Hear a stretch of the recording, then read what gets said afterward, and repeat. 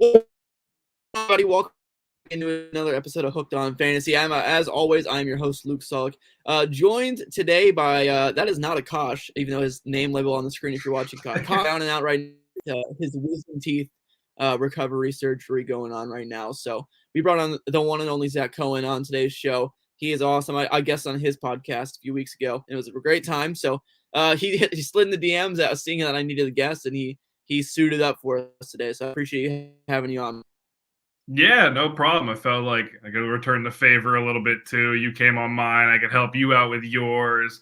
So I'm excited to be here. And I know I'm not Akash, but hopefully I could be just as good as him. That is Akash commenting. That's not Akash, in case you already didn't know. So Akash is going to be a chat warrior today. He's not here, but he's here in spirit. So, and by in spirit I mean in the comments. So he'll be harassing us in the comments all day long, probably with his nerdy little stats. So, that's why we love him. We love Akash for that reason. So, today's show we're doing biggest fantasy wild cards for the offseason today, folks. It's going to be a fun one.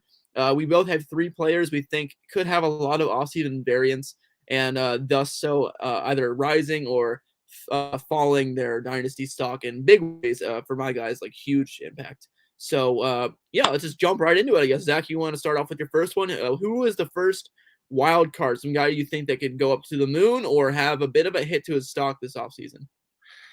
I went with Justin Fields, and I really wanted to do a rookie quarterback because I think we're really about to see we're going to see some guys come into the league who it's really going to depend a lot on their situations. So like you Matt Corral, Kenny Pickett, Desmond Ritter.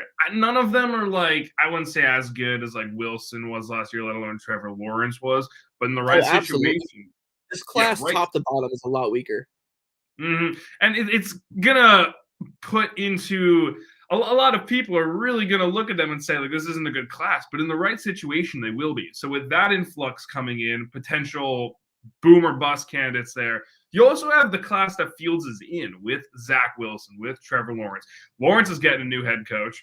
Trey Lance should probably be getting the starting job. He may not. I would assume he is. You'd expect San Fran to move off of Jimmy Garoppolo. Mac Jones is the guy. And then I know I'm forgetting another one. Oh, well, Fields. Fields should be getting a new head coach. Guy you're talking about. Yeah. His name's right on the screen. I almost forgot him. And to me, it's less about what Fields can do and more just about, again, the other quarterbacks around him. Because you look at the top 10 quarterbacks this year, you can't really, where is there a chance to really fit Fields in there? For Dynasty, I could obviously see his stock being higher, but I think there's going to come a time when people are going to look at his stats and say, okay, there's a lot to like. He had some really good games. He had some not so good games. One side of the argument's going to say it's all Matt Nagy, new head coach coming in, which should happen. People will say, okay, maybe he can start to ball out again. But there's still like that level of uncertainty with him. So I feel like he's one of those guys where there's still like some questions about him as a passer. People are looking at the rushing upside. That's great. I know watching him play this season, it still left a lot on the table for me as just a pure passer. A lot to love, a lot to hate, which is fine as a rookie quarterback. But I can see it being very like the recency bias based on what happens this offseason coming into effect, whether what the new coach says, what they do at quarterback, what they do to help Fields around on the field. So I'm not like sold on Fields as being like a super high cemented, like drafted player in all formats. I think that he could bounce around a little bit. And I know that might sound like a hot take, but it just kind of has to do with the situation that he could be in, which we don't know of right now. Yeah, I think you make a lot of good points, especially with the coaching variance there. I think the new head coach they hire is definitely going to make a big impact. I do think, honestly, regardless of who they hire, unless it's a god-awful hire, I think it's going to give them a bump regardless because everyone hates Matt Nagy so much. Mm-hmm. I also think that in the draft, they can help out Justin Fields in a lot of ways. Maybe get him another weapon. Allen Robinson had a terrible season for the Bears. I'm not too sure what his contract situation's like, but Akash, it's funny. Akash is in the comments, in case I already didn't mention that, folks. But he said, can I nominate Michael Carter? We'll talk about him later, Akash. So good pick on your end over there, buddy. But we'll get him in a little bit. But Fields is an interesting one. As you mentioned, passing did leave a bit to be desired. But I think as a rookie quarterback, he showed a decent amount of flashes I think he had a solid rookie year as far as quarterbacks goes. I mean, the Bears, like we mentioned, the supporting cast on that offense is not great. It's a very okay offense, and the play calling was god awful. I would say that myself, honestly. And I think Fields is, I think he's pretty stable, to be honest. I don't really see a way for his stock to go down necessarily, unless they bring in another quarterback to compete with him. But I don't think they would do that because I mean he's a guy. I think Should be. he's the guy. I feel like it's a pretty safe lock that Justin Fields will be starting next season. If he's not, there's some pretty major alarms going off to me there. I think he's going to be great. I like Justin Fields. I think he has really great potential, and I think he has a pretty high floor as well. I don't think he's going to be like Dwayne Haskins or anything like that. I think he's not a bust at all. I'm a fan of Justin Fields. It's so interesting because, you look at all the rookie quarterbacks this season, and the one guy who's really been able to show like he has a stronghold on the job being in the NFL is Mac Jones. I wouldn't say he's spectacular at anything, but he's been fine. Obviously, Trevor Lawrence and Zach Wilson have been the main guys throughout the season. Wilson missed a few weeks too with an injury. Lawrence, obviously, different situation, supremely talented. I can't remember a time. I know we're talking about Justin Fields, but like with Trevor Lawrence, and maybe I should have done Trevor Lawrence for this, honestly, because there's going to be a lot more help coming for him. When was the last time a quarterback was just thrown out into the wind as much as Lawrence was? Like he was in such a poor situation from top to bottom. But that's just my Lawrence rant. But anyway, back to like what you were saying about. I totally agree with you on Trevor. I think Trevor could be a big one. Yeah. Well, honestly, maybe not for this. I think you're completely correct about him being thrown out into the wind this year. But I do think that he can only stay where he's at right now, value-wise, or go up, honestly, during the offseason because everyone knows how piss poor his situation was. How can it get worse? I mean, you're going to have a new head coach. You're going to get some new weapons, hopefully. Travis Etienne's coming back, which will be a nice weapon for him in the receiving games for checkdowns. I think it's going to only get better for Lawrence, hopefully. Akash says in the comments here, every first-round QB has a lock on their job going into next year. I agree with that 100%. I mean, even Trey Lance is probably going to have a lock. I actually did not get a chance to watch Trey Lance's performance last week. I was in the middle of the ocean still. How did he look, gentlemen? Did he look good? He had like some flashes. He was pretty efficient. I think it was like 20 for 27, obviously making an impact on the ground. Like only like 31 rushing yards, I believe, but they ran him 8 times. This is all off the top of my head, so my numbers could be wrong. It looked fine. Like, wasn't great. Well, he had actually, the thing that I specifically remember, he had a dart to George Kittle at one point during the game that I remember seeing like, damn, that's a great throw. From what I saw, I didn't see anything like I hated, but again, still, like, it looked fine. I like Lance. Because for fantasy, he's great. I mean, the rushing is obviously amazing. Kyle Shanahan's a great head coach. We all know that now. He is. Akash had my spreadsheet said he was fine. Akash only cares about his spreadsheets. So that's a good sign. I like Lance a lot. I think he can run. He has a huge arm. I actually think he feels a lot like Josh Allen to me. Honestly, as a player, huge arm, rushing ability, smart guy. He feels pretty similar to me, honestly. I really like Trey Lance. He's a really smart kid. Kyle Shanahan's a good coach. I think this is a good situation for him. He'll figure it out. You got Kittle, Ayuk, Debo, plenty of running backs. I think it's going to be a great time for that offense. Let's move into my first guy here. You know him. You love him. Hopefully, you should love him. That's going to be my boy, my baby boy, Amon-Ra St. Brown. I love him so much. We talked about him on the show a few weeks ago. The title of that show is Amon-Ra St. Brown for real? That turned out to be true. And that's what I was saying at the time. Akash said, nah, if I remember correctly. I'm pretty sure he just straight up said, nah. So, yeah, I've been on the Amon-Ra St. Brown train since the springtime. I've been a huge fan of his. He won me a fantasy championship. Awesome end of the season for him. I saw a tweet earlier. Let me pull it up real quick. That he was an elite company with his fantasy finish to the end of the season. Oh, yeah. It was a very cherry-picked stat, but let me pull it up here real quick. Scrolling back down through the old timeline. Where was it? Oh, here it is. Most total fantasy points scored by a rookie wide receiver in weeks 13 through 17 all time. Amon-Ra St. Brown joins the top 5 of Odell Beckham Jr., Randy Moss, Amon-Ra St. Brown, Jamar Chase, and Julio Jones. So there you have Good it. company. That's It's pretty great good company. company. Pretty good company. Just saying. Amon-Ra was one of my top waiver targets, like I think game 2 into his breakout, just because obviously there was so much potential for targets. And this was before DeAndre Swift even left with an injury too and missed a few weeks.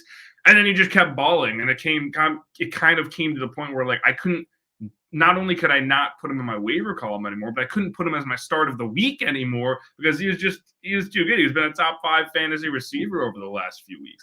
And well, I'm curious to see what you have to say about his variance because I have an interesting thought about this. But absolutely. So, I mean, the variance on Amon-Ra is crazy. I mean, everyone kind of knows this. I'm his biggest fan, but I am honestly advising people who are not me. I will be holding him in every league I have because he's my favorite.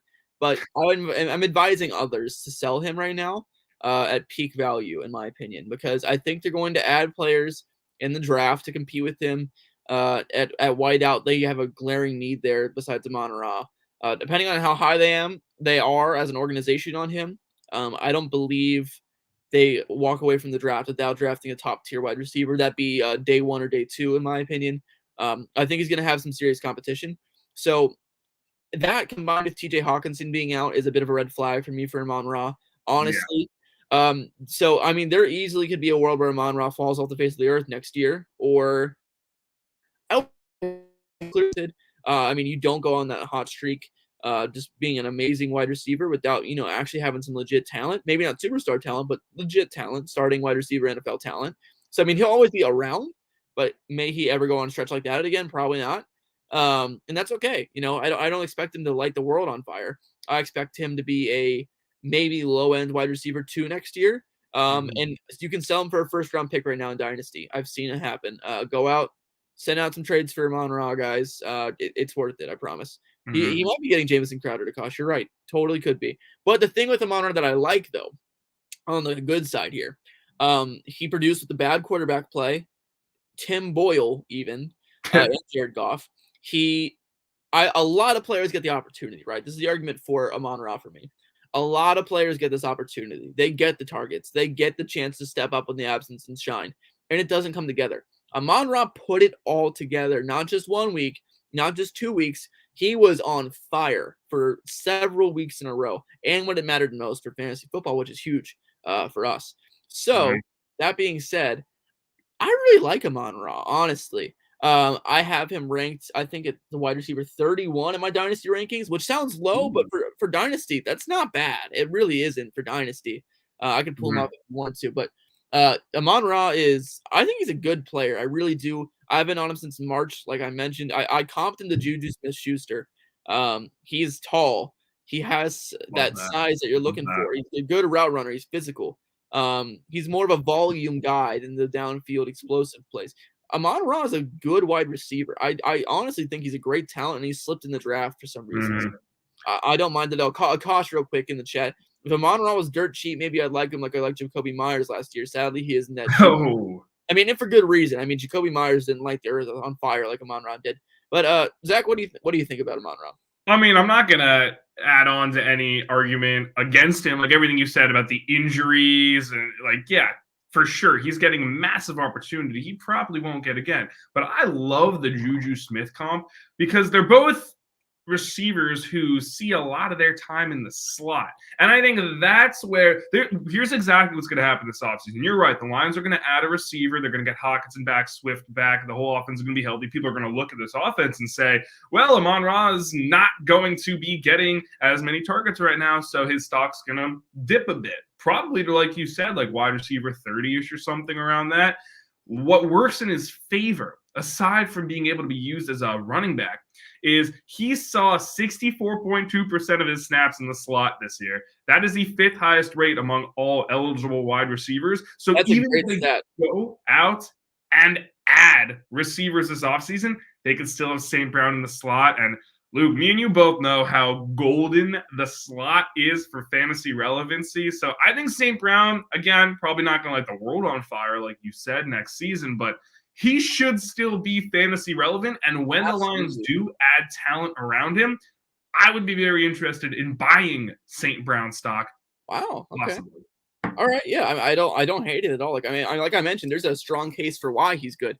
I mean, I mean, you can sell him for a first round pick. That means there is a buyer's market out there right now for him as well. You know Yeah, what I mean? Um, exactly.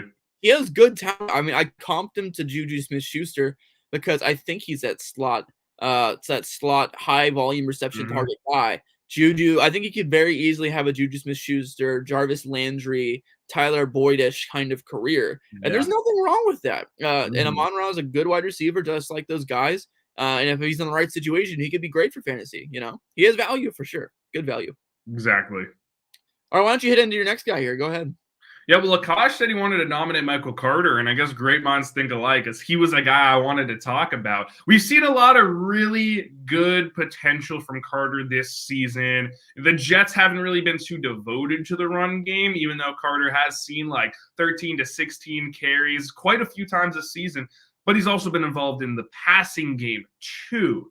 So we're going to obviously, again, so much has to change between all these players. Like, there's a real chance the Jets go out, add another running back, maybe the draft, or probably more likely they add a veteran running back to that backfield. So we will see Carter's ADP dip or rise quite a bit this offseason, I would imagine. The thing working in his favor, I can't expect much change to really occur in the coaching staff. So we should continue to see Carter not only be the primary back, but also get a decent amount of targets. I'm not really buying into Ty Johnson as a consistent option every single Oh week, no, especially Ty next Johnson can season. get out of here. Ugh, disgusting. And who knows? Maybe they'll be a better team and they'll start to run the ball a bit more, which isn't so great for his PPR value, but for his consistency to be a set base like RB2 every single week, getting more carries is great. And people will definitely take that into consideration. Where his stock will dip, or where we will see the variance, like I said, they're probably going to add a running back. But also, people just kind of realizing, like, it's the Jets. Like, is he that good? Is this team that good? Which is a bit and always kind of an unfair statement, because we always see good fantasy players come out of bad situations, especially assuming that a team will be bad. That is probably the biggest downfall I see every year when projecting future success, is tying a player's projections to how the team performs. That's a great point. It really Yeah, is. because normally, like, you look at the top like fantasy performers, they're normally on good to great teams. So naturally, people assume that all of the good ones, whether like like the RB5 to like RB12, they all got to be on great teams. That's not the case. You just got to get the ball, and play well. So I think some people might overrate the Jets, or they might overrate the association between the general image of the team and Carter's projection, if that makes sense. So he should probably dip, especially when they go out and add a veteran like we expect. They get healthier again, especially at this point in the season. All teams are ravaged by injuries too. So you'll see Carter's variance dip a little bit. Akash said about bad teams being undervalued. POV, you capitalized on the Bengals dynasty stock. Nice. Absolutely. Absolutely. Swift. You said Swift too. I think Swift, people, it'll happen again. Swift his stock will rise a bit more when people realize he was actually really good and really effective in fantasy. But right now, Swift stock is too low for what it should be, just because he hasn't been on the field. Like, that's just how it goes. Just how it goes. Yeah, absolutely. All right, let's head into my second guy here. This is one I've been a kind of a hater of, but very large variance. Elijah Mitchell, running back for the 49ers. I'll keep it to my points here.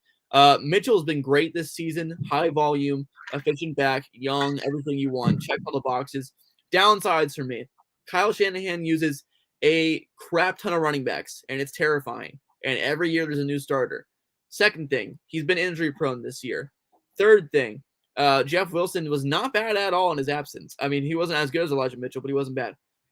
Just a little scary. Elijah Mitchell, a lot of variance there. Basically, what I'm saying is, if they don't bring any more backs to compete, Eli Mitchell could have the keys next year and be a great ad in Dynasty.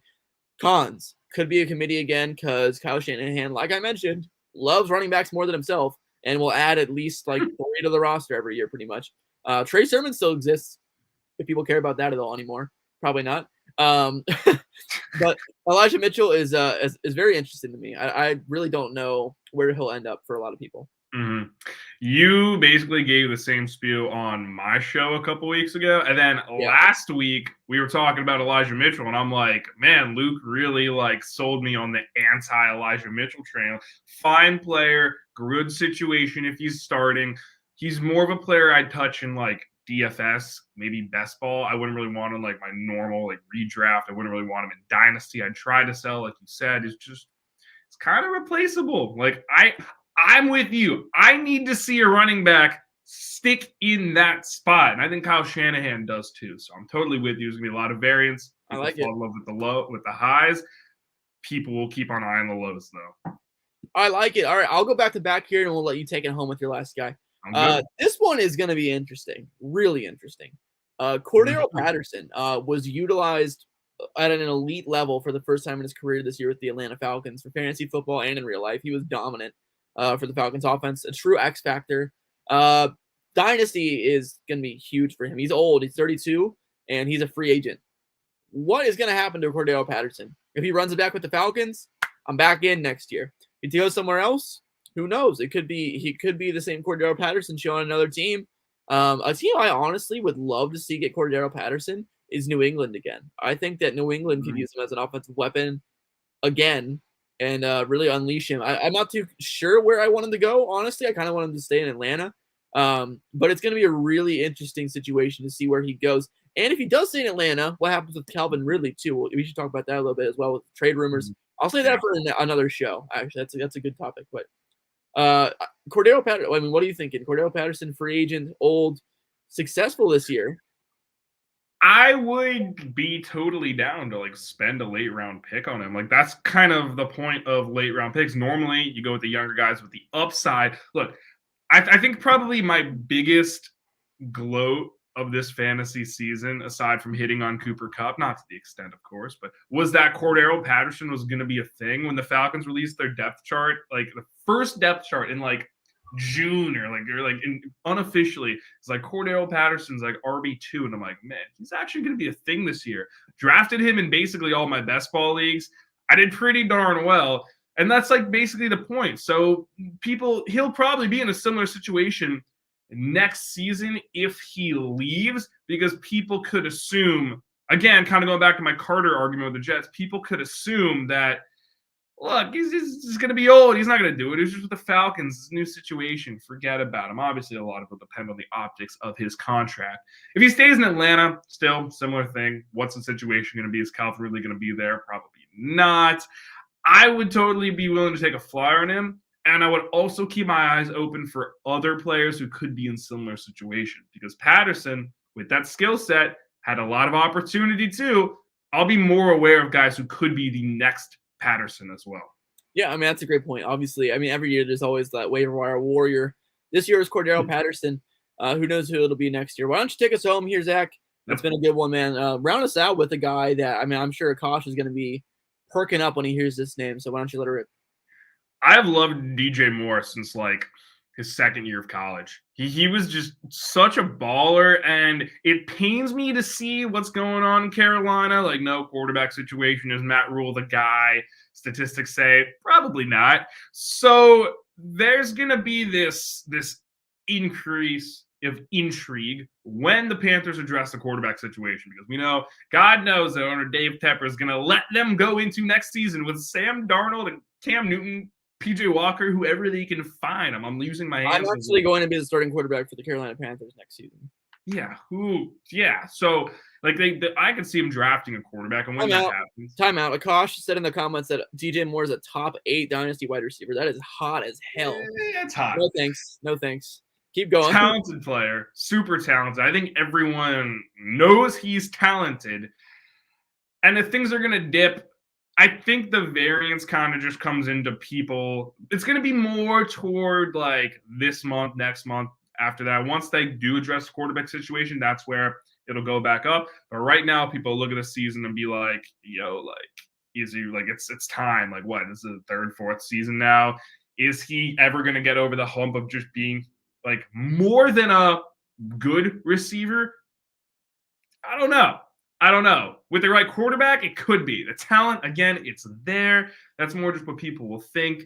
But there are going to be people who are saying, look, just no more DJ Moore. Like, it's time. It's not going to happen. Especially with like the recent awareness. I don't know if you've been seeing like this on Twitter lately about how free agent wide receivers over the last few years have just sucked. Like total like war zone. Whereas the rookie receivers, the guys coming into the league, have been balling. Like that could be the new norm. So if DJ Moore does decide, like, hey, like stick it out in Carolina, see where they got a quarterback, then maybe he'll become more of a sell. For me, though, I still like him. Like, again, it's talent. It's just talent. What Akashi said, we buy talent so hard in Dynasty. Oh, yeah, you do. Oh, yeah. Like, we just literally just talked about Michael Carter, you know? And Cordell Patterson. Yep, exactly. Like you mentioned. All right, well, that'll do it for today's show. Zach, thank you so much once again for coming on the show today, buddy. It's been an honor. Love to have you back on again sometime. Maybe during the draft process. You big draft guy. Ooh, yeah. I am. Oh man, I am so excited for the draft. You have no idea. I'll be back whenever you have me. It's like Christmas morning every year. Mm-hmm. Yes. Exactly. We love it. All right, guys. Well, thank you so much for tuning in to another episode. We will see you back again on Monday with another episode. It's been fun, everyone. We'll see you next time. Have a good one, everybody. Goodbye.